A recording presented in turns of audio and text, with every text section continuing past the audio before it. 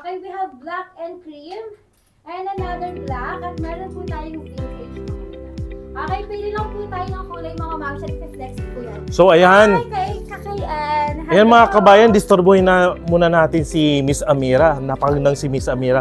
Kumusta naman ang araw mo? Eto po, gutom na. Ay, naka.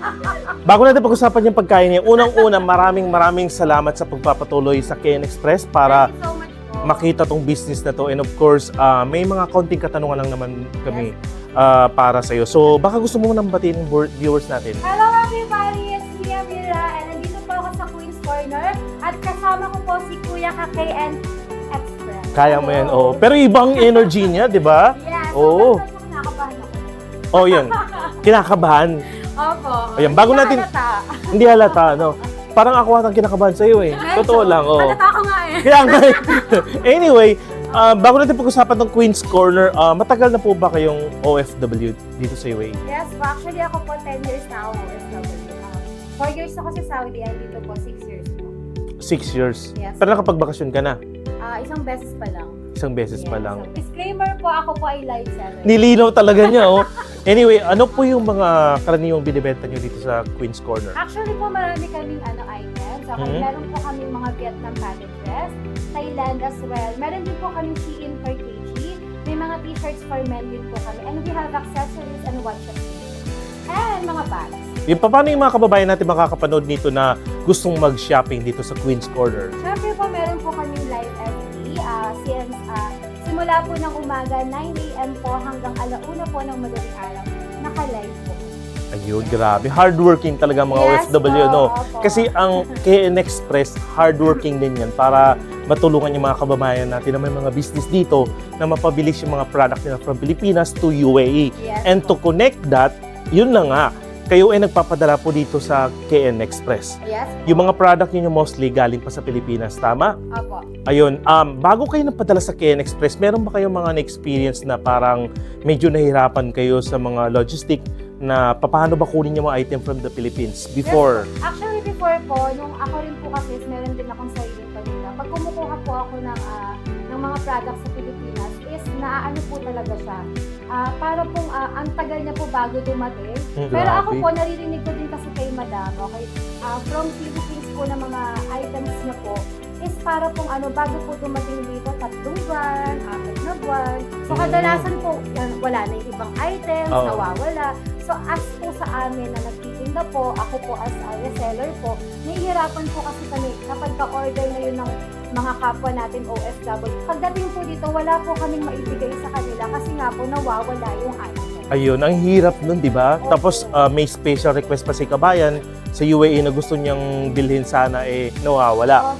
Kumusta naman yung experience niyo na, di ba, sabi mo dati like 1 month, 2 months, or 3 months pagpapadala? Minsan nga inabot pa ng 4 months. Yes, and dahil sa KN Express, nandun na nga. Kaya nga KN Napadali. Express, Yes po, napadali. At saka hindi mo kailangan ng sobrang dami or matagalang papadala, Yes di ba? po.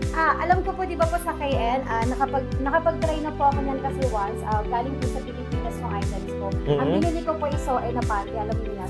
Makasoen tayo na panty. Pilipina tayo, di ba? Mhm. Bago po, ang bilis na pong dumating sa akin. Tapos kahit isa lang or 1 kg lang yung items, pwedeng ihatid. Yun, ang KN Express, ang purpose niya kasi is, meron tayong mga item na gustong kunin sa Pilipinas para hindi naman siya Oo, ma-stock specifically ng matagalan. talaga sa Pinas. Oo. Pwede pala natin ipadala dito in just 2 days, 2 to 3 Pati pagkain, days. di ba? Yes. Oo, di ba? Pati Prutas, pagkain. mga ganyan, di ba? Kasi for example po, yung mga business person, example, medyo maliit ang shop, no? Opo. Example, so kung dadalhin mo Walang siya in 1 month, warehouse. walang warehouse, sa KN Express, pwedeng 2 to 3 days, pwede ka naman paulit-ulit na lang, di ba? Oh, yun ang maganda sa KN Express. Opo. Yun ang advantage natin. Opo, pero nakatry na po talaga ako mismo sa KN. Ng sarili ko pang experience. Yun nga po yung mga gamit ko from Pinas. Kasi po kadalasan mga madam, okay po, yung mga sabon, opo, na nabibili natin dito, mas maganda pa rin talaga yung sabon na galing sa Pinas. Okay po. Mas maganda, ako po, mas gusto ko po yung Kojic sa Pinas kaysa yung Kojic dito. Ewan ko, hindi ko alam. Iba pa rin, no? Iba pa rin Iba doon pa sa rin, Pilipinas. Yung safeguard Oo. sa Pinas kaysa sa safeguard dito. So masasabi Iba, mong opo. masasabi Iba pa rin. mong happy ka sa service ng KN Express. Super happy po, super happy. And pwede mo ba itong may recommend sa ating mga kababayan? Highly recommended everyone. Siyempre po mga madam, pag pag meron po tayong gustong ipakuha or items na galing sa Pilipinas, pagkain man yan, cosmetics man yan, damit man yan mga madam, kay NX. Memorize mo na lahat Yes Parang po. tatanggalan mo ako ng trabaho. Parang gusto ko Parang gusto mo ngayon na. Anyway, eto, bago natin na tapusin tong ating napakasayang kwentuhan ngayon, maaari mo bang invite yung mga kababayan natin kung saan ba nila mapapanood or saan sila pwedeng bumili? Paano ba dito sa Queen's Corner? Hello everyone, it's me Amira from Queen's Corner mga madam. Please like and follow our social media account, Facebook, TikTok, and please po mga madam, okay, for walk-in customer, punta lamang po kayo sa amin dito. Description po nasa taas.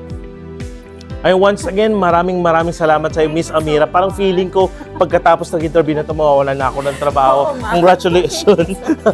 O ano na mga madam, ano pa pong hinihintay natin dyan? Siyempre mga madam, pa-like and follow na po kay KN Express at kung meron po tayong mga product na gusto pong iangkat galing sa Pilipinas o Tagalog na Tagalog yan Yes po, iangkat galing sa Pilipinas po, siyempre KN Express na yan.